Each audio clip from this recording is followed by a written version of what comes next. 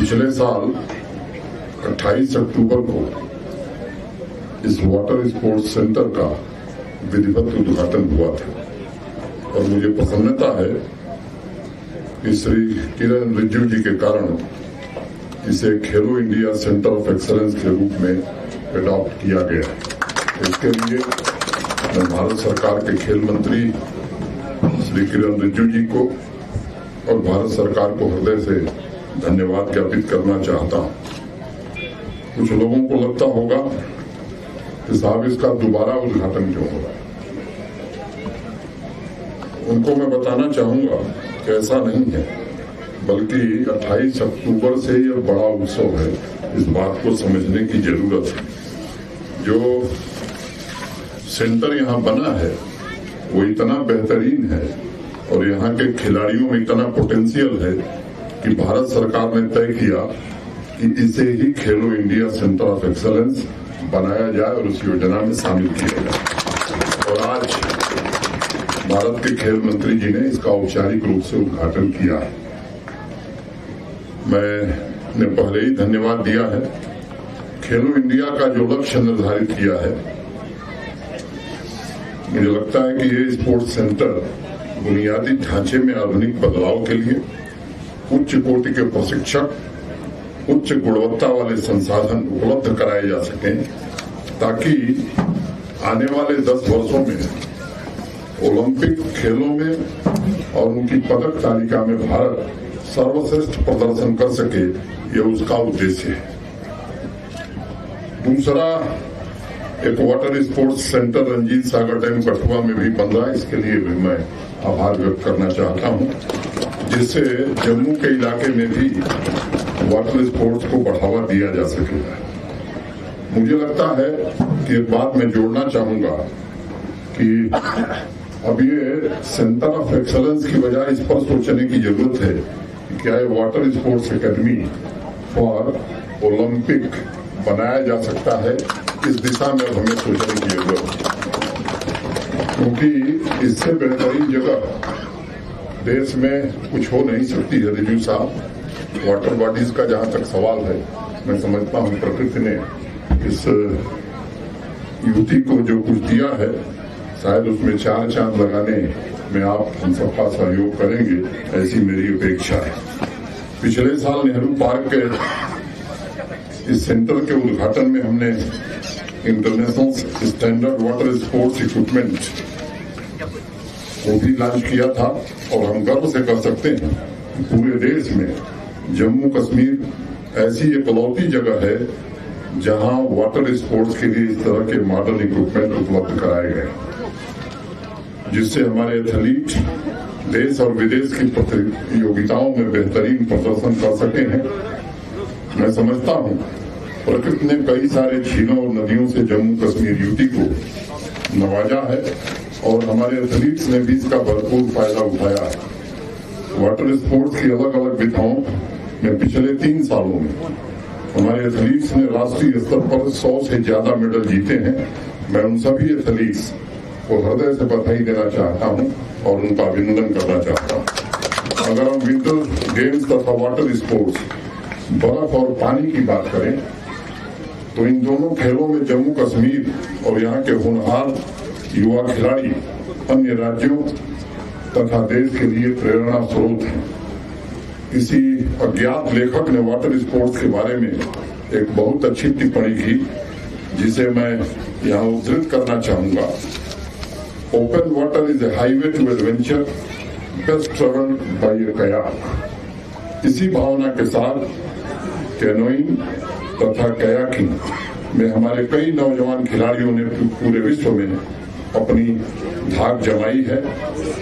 जब यहाँ sports facility को विकसित किया जा रहा था, तब मैं पूर्व खिलाड़ी तथा प्रसिद्ध कायाकिंग कोच बिल्किस मीर से पिछली बार भी मिला था। इस बार वो जरा ज्यादा दुबली हो गई है, वजन घटाया है। फिट इंडिया मूवमेंट का असर वह हमारे युवा खिलाड़ियों के लिए निश्चित रूप से प्रेरणा स्रोत हैं। देश तथा विदेश में उन्होंने एक स्पोर्ट्स जज के नाते एक खिलाड़ी के रूप में भारत के तिरंगे की शान बढ़ाई है। मित्रों, पुराने समय में वाटर स्पोर्ट्स को लग्जरी के तौर पर देखा जाता था। लेकिन अब समय बदला है और मैं कह सकता हूं कि स्पोर्ट्स की अविधा वर्तमान और भविष्य के लिए एक महत्वपूर्ण निवेश है।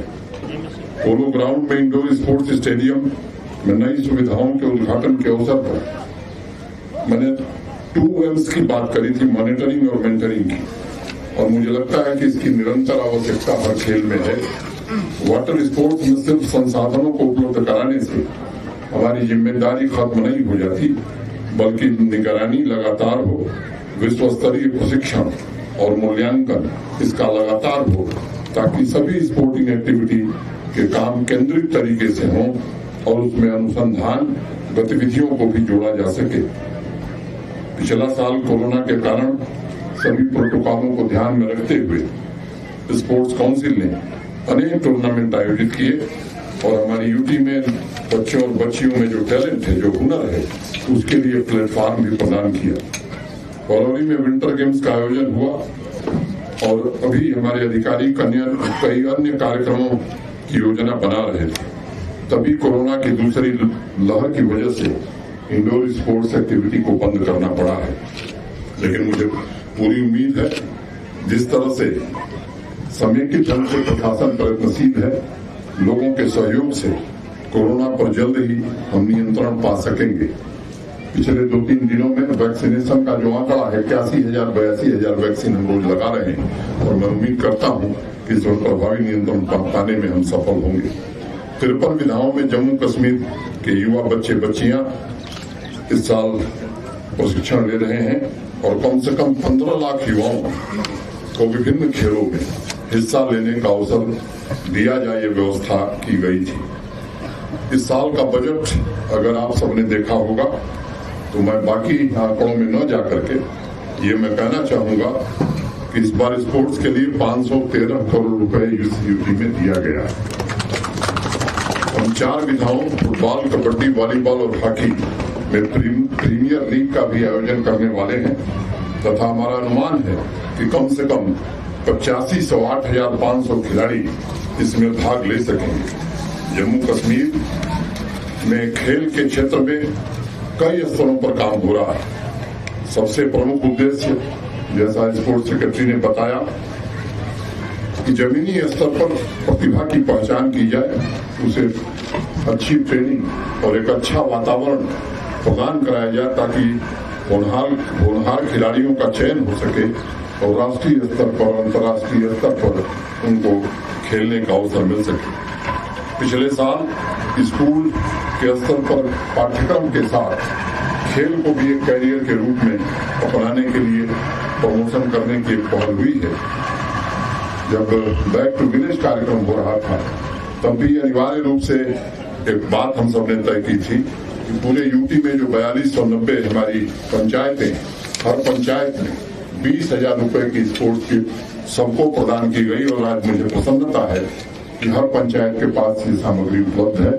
कुछ पंचायतें हैं जहां अभी स्पोर्ट्स ग्राउंड नहीं है, उन्हें भी चिन्हित करने का निर्देश दिया गया है और मैं उम्मीद करता हूं कि आने वाले कुछ समय में हमारी हर पंचायत के पास अपना एक ग्राउंड होगा जहां वहां के युवा बच्चे और बच्चियां खेल सकेंगे।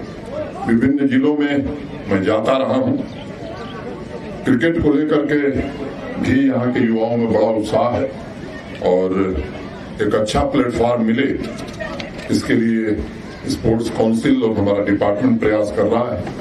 भारत के पूर्व क्रिकेटर सुरेश रैना के साथ एक समझौता ज्ञापन भी यहाँ हुआ है ताकि विभिन्न क्षेत्रों में जाकर के युवा प्रतिभाओं को तलाश सकें और तराश सकें। अभी कुछ दिन पहले कश्मीर से कन्याकुमारी तक साइकिलिंग में विश्व रिकॉर्ड बनाने वाले आदिल तेली से मुझे मिलने का अवसर मिला था। एक बहुत साधारण परिवार में जन्मे आदिल के जज्बे ने उन्हें आज इस मुकाम पर पहुंचाया है और देश विदेश के बड़े बड़े अखबारों में उनकी चर्चा हो रही है। मुझे प्रसन्नता है कि जम्मू कश्मीर स्पोर्ट्स काउंसिल ने उन्हें हाल ही में सम्मान से नवाजा है। मैं एक बात कहना चाहूंगा कि जम्मू कश्मीर में जो हमारे चैंपियन स्पोर्ट्स पर्सन हैं, उनके कैरियर ग्रोथ के लिए एक अस्थायी व्यवस्था हो, इसकी कोशिश हो रही है।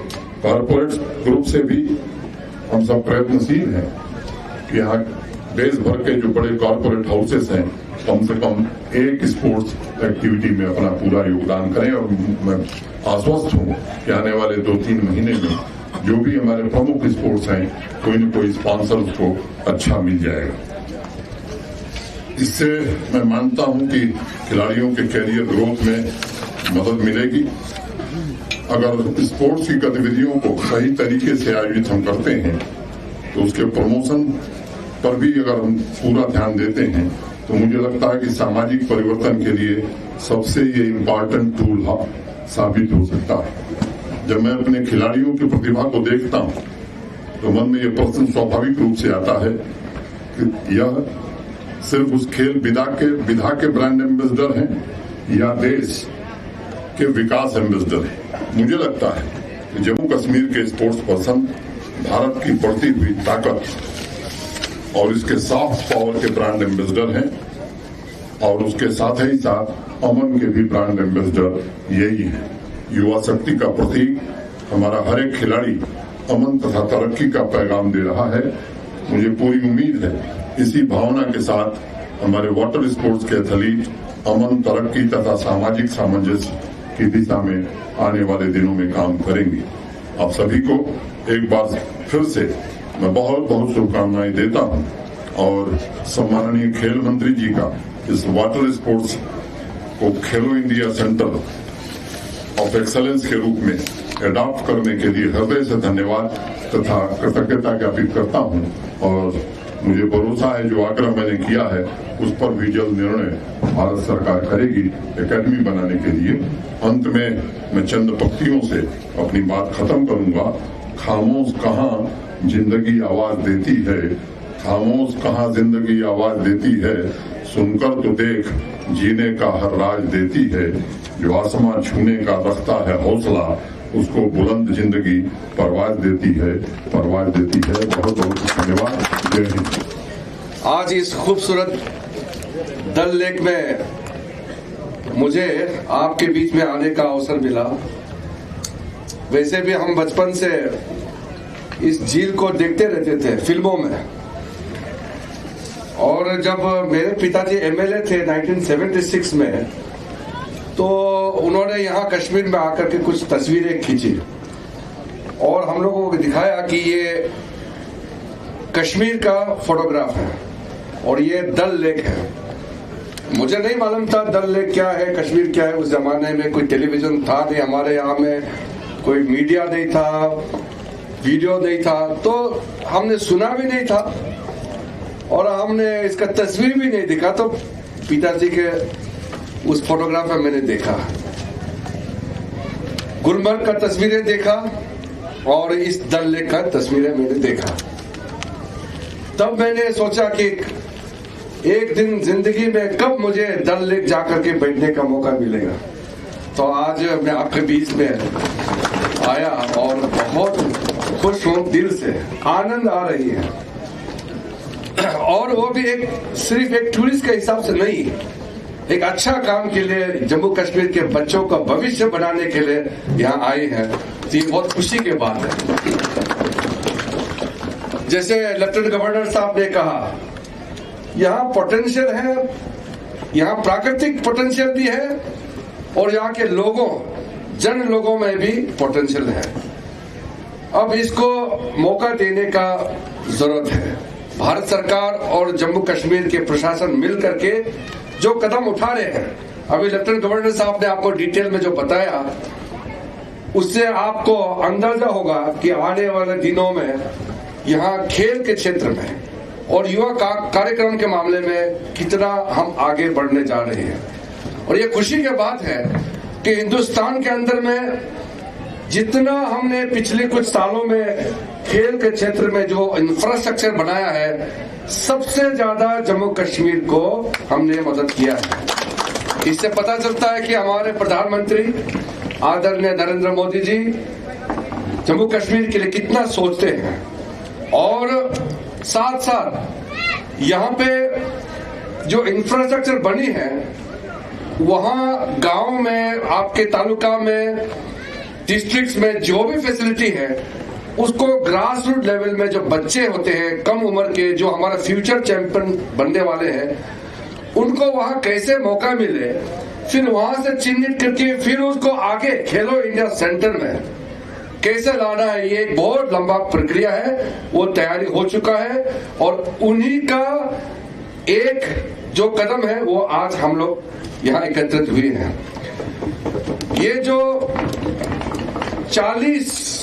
20 डिस्ट्रिक्ट में 40 खेलो इंडिया छोटे छोटे सेंटर जो बनाने का हमने अप्रूवल दे चुके हैं, पैसे दे चुके हैं, उसका रिक्रूटमेंट वगैरह प्रोसेस भी चल रहे हैं। उसके अलावा और हमने लास्ट टाइम लेफ्टिनेंट गवर्नर साहब को वादा किया और घोषणा किया, हम जब खेलो इंडिया विंटर गेम्स खिलाए थे गुलमर्ग में, तो 60 खेलो इंडिया सेंटर और देने का हमने घोषणा किया था। वो भी अभी बहुत जल्द होने वाला है। तो इसमें जो 100 खेलो इंडिया सेंटर बनेगा, वो जो है आपके जो प्राइमरी नीचे के जो शुरुआत के लोग वहां इस्तेमाल कर सकते हैं, और वहां लेजर के लिए भी जो वहां स्टाफ होते हैं, गांव के लोग होते हैं और बाकी हमारे जो जनसंख्या जितने भी लोग रहते हैं वो उसका इस्तेमाल कर सकते हैं। उसमें खेलो इंडिया जो स्मॉल सेंटर है, उसमें प्रशिक्षक जो कोच होगा वो भी आप ही के बीच में जो लोग जम्मू कश्मीर के लिए खेल चुके हैं, नेशनल लेवल में, इंटरनेशनल लेवल में जो खेल चुके हैं, आप लोगों को वहां मौका दिया जाएगा। इस तरह से व्यवस्था जम्मू कश्मीर के प्रशासन के माध्यम से कर रहे हैं और हम मदद उस पर जितना हो सके हम दे रहे हैं और आगे भी देते रहेंगे। ये जो वाटर स्पोर्ट्स का खेलो India state centre of excellence का जो आज हम लोग लॉन्च कर रहे हैं, इसमें पहले रोइंग के होते थे सिर्फ, और आज के बाद ये नेशनल लेवल का वर्ल्ड क्लास रोइंग के साथ साथ कायाकिंग, कैनोइंग का भी आज से शुरू हो जाएगा। इसके लिए सबसे अच्छा कोच भारत का, ट्रेनिंग फैसिलिटीज, इक्विपमेंट, आपके जो बोर्ड जिसमें आप बैठे हैं, ये सारा बहुत अच्छा क्वालिटी का है, और जो भी अच्छा क्वालिटी और आएगा उसका भी आपको हम मदद करेंगे। इसके साथ साथ जो गुलमर्ग में हमने विंटर स्पोर्ट्स का एकेडमी का लॉन्च किया था, उस विंटर स्पोर्ट्स एकेडमी का हमारा देश में उतना एक्सपर्टाइज अभी नहीं है, इसलिए हमारा देश का कोई अच्छा एजेंसी का साथ मिल करके फ्रांस के बहुत अच्छा जो विश्व में नामी वाला जो विंटर स्पोर्ट्स का, क्योंकि टेक्निकली बहुत ही क्वालिफाइड एजेंसी चाहिए, उनके साथ बातचीत का प्रक्रिया शुरू हो चुके हैं और हम उम्मीद करते हैं कि जितना जल्दी हो सके गुलमर्ग का भी काम शुरू हो जाएगा। लेफ्टिनेंट गवर्नर साहब खुद, फारूक खान साहब, उनके टीम उस पे हैंड्स ऑन, उनको पता है, और जमीन का कुछ इशू था उसका भी एलजी साहब ने कुछ व्यवस्था किया है, तो हम लोग उसका भी जल्दी शुरुआत कर पाएंगे। इसके बाद फुटबॉल का बड़ा क्रेज है जम्मू कश्मीर में, इसलिए मैं आज घोषणा करना चाहता हूं, इस साल से पहला शुरुआत के लिए हमने खेलो इंडिया वुमेन फुटबॉल के लिए एक लीग शुरू करवाएंगे, उसका सारा पैसा सपोर्ट हमारे मंत्रालय से हम देंगे। क्योंकि फुटबॉल मेंस का तो आपको मालूम है, रियल कश्मीर टीम ने कमाल किया है, मोहन बगान जैसे टीम को हरा करके आपने एक इतिहास रचा है। कश्मीर में पोटेंशियल बहुत है और लोगों में क्रेज है स्पोर्ट्स के ऊपर में, इसलिए जो महिलाओं के लिए हम जो लीग चालू करेंगे, हम उसके वित्तीय सहायता, फाइनेंशियल सपोर्ट भी देंगे, कोचिंग, ट्रेनिंग सब सपोर्ट देंगे। उसके बाद आगे जाकर के मेंस फुटबॉल वो काफी आगे हो चुके हैं, मेंस फुटबॉल का भी हम जम्मू कश्मीर में और आगे बढ़ाने के लिए सहायता देंगे। अभी एलजी साहब ने जो एक बहुत अच्छी बात उन्होंने कही है कि ये जो खेलो India state centre of excellence है, इसको एकेडमी में कैसे आगे जाकर के कन्वर्ट करना है। तो ये खेलो India state centre of excellence देश भर में 23 है और 22 राज्यों में दिया है, 22 स्टेट्स में हमने दिया है, और जम्मू कश्मीर ही एक राज्य है, ये यूनियन टेरिटरी है, इसको हमने 2 सेंटर दिया है, बाकी को एक सेंटर दिया है। तो एक आपका यहाँ पे कश्मीर घाटी में डल लेक में हम लोग यहाँ बैठे हैं, उसका उद्घाटन कर रहे हैं, दूसरा जम्मू रीजन में हमने दिया है।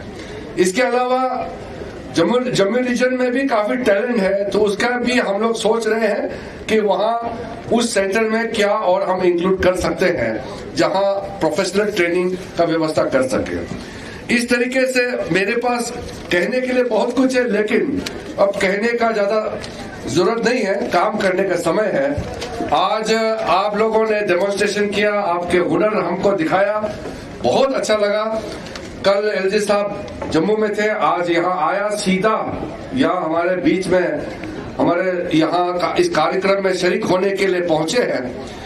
बहुत अच्छा लगा एलजी साहब का इतना प्रोएक्टिव रोल, और युवाओं के लिए तो उनका बहुत अच्छा कल्पना है। तो प्रधानमंत्री जी का जो जम्मू कश्मीर के बारे में उनका विजन है, आपके एलजी साहब का विजन है, इसके हिसाब से खेल के क्षेत्र में इस देश का खेल मंत्री होने के नाते मैं आपको वादा करता हूं, मेरे तरफ से कोई कमी होने नहीं देंगे, हम इसको पूरा समर्थन करेंगे। कल प्रिंसिपल सेक्रेटरी आलोक जी मुझे चर्चा किया, हमने लास्ट टाइम एलजी साहब को भी कहा था कि गुलमर्ग वाले जो कार्यक्रम है, 2 बार विंटर गेम्स हो चुके हैं, बहुत सक्सेसफुल हुआ है, चर्चित हो गया है विश्व भर में। तो गुलमर्ग के अलावा पहलगाम वाला भी आए, तो पहलगाम वाला डेलीगेशन ने कहा कि आप गुलमर्ग में इतना अच्छा कार्यक्रम कर रहे हैं, तो पहलगाम के लिए आप क्यों नहीं कर रहे हैं। तो हमने सोचा कि एक बहुत बड़ा मैराथन का कार्यक्रम, वो भी रेगुलर एनुअल होना चाहिए। हमारे मंत्रालय और जम्मू कश्मीर का प्रशासन तालमेल करके हमने ये घोषणा किया कि ये जो अक्टूबर नवंबर में जब यहाँ ये ऑटम सीजन होता है, कलरफुल हो जाता है, पेड़ पौधा पत्ते तो बिल्कुल यहाँ पेंटिंग जैसे लगते हैं, उस समय हम पहलगाम में वर्ल्ड क्लास एक मैराथन का ऑर्गेनाइज भी कराने का हमने निर्णय किया। इसके अलावा कल यहाँ के काफी खिलाड़ियों से मेरा बातचीत हुआ, उनका कहानी सुना। बहुत संघर्षपूर्ण जिंदगी रहता है खिलाड़ियों का जिंदगी आसान नहीं होता है। इसलिए मैंने कल भी बताया कि गोल्ड मेडल कोई सोना तो उसमें पेंटिंग है, सोना है, लेकिन गोल्ड मेडल बनता है पसीना और खून से। बहुत मेहनत करने के बाद खिलाड़ी एक मुकाम हासिल करता है, इसलिए खिलाड़ियों का जिंदगी को समझना बहुत जरूरी है। और जो खिलाड़ी होते हैं वो हमारे देश का हीरो होते हैं, ये हमारा सॉफ्ट पावर होते हैं। दुनिया का सबसे बड़ा इवेंट ओलंपिक होता है, और खेल से बड़ा कोई चीज नहीं होता है लोगों को एकजुट रखने के लिए। मैंने खेलो इंडिया विंटर गेम्स के समय में भी कहा कि देश के किसी भी कोना से एक बच्चे देश के लिए खेलता है तो पूरा हिंदुस्तान उसके लिए ताली बजाता है, देश का तिरंगा ऊंचा उठता है। इसलिए ये हमारे शान की बात है। यहाँ के पोटेंशियल, यहाँ के जो हुनर है उसका हम पहचान चुके हैं, और अब हमारी जिम्मेदारी है सरकार के पास जो भी साधन है हम आपके लिए समर्पित करेंगे।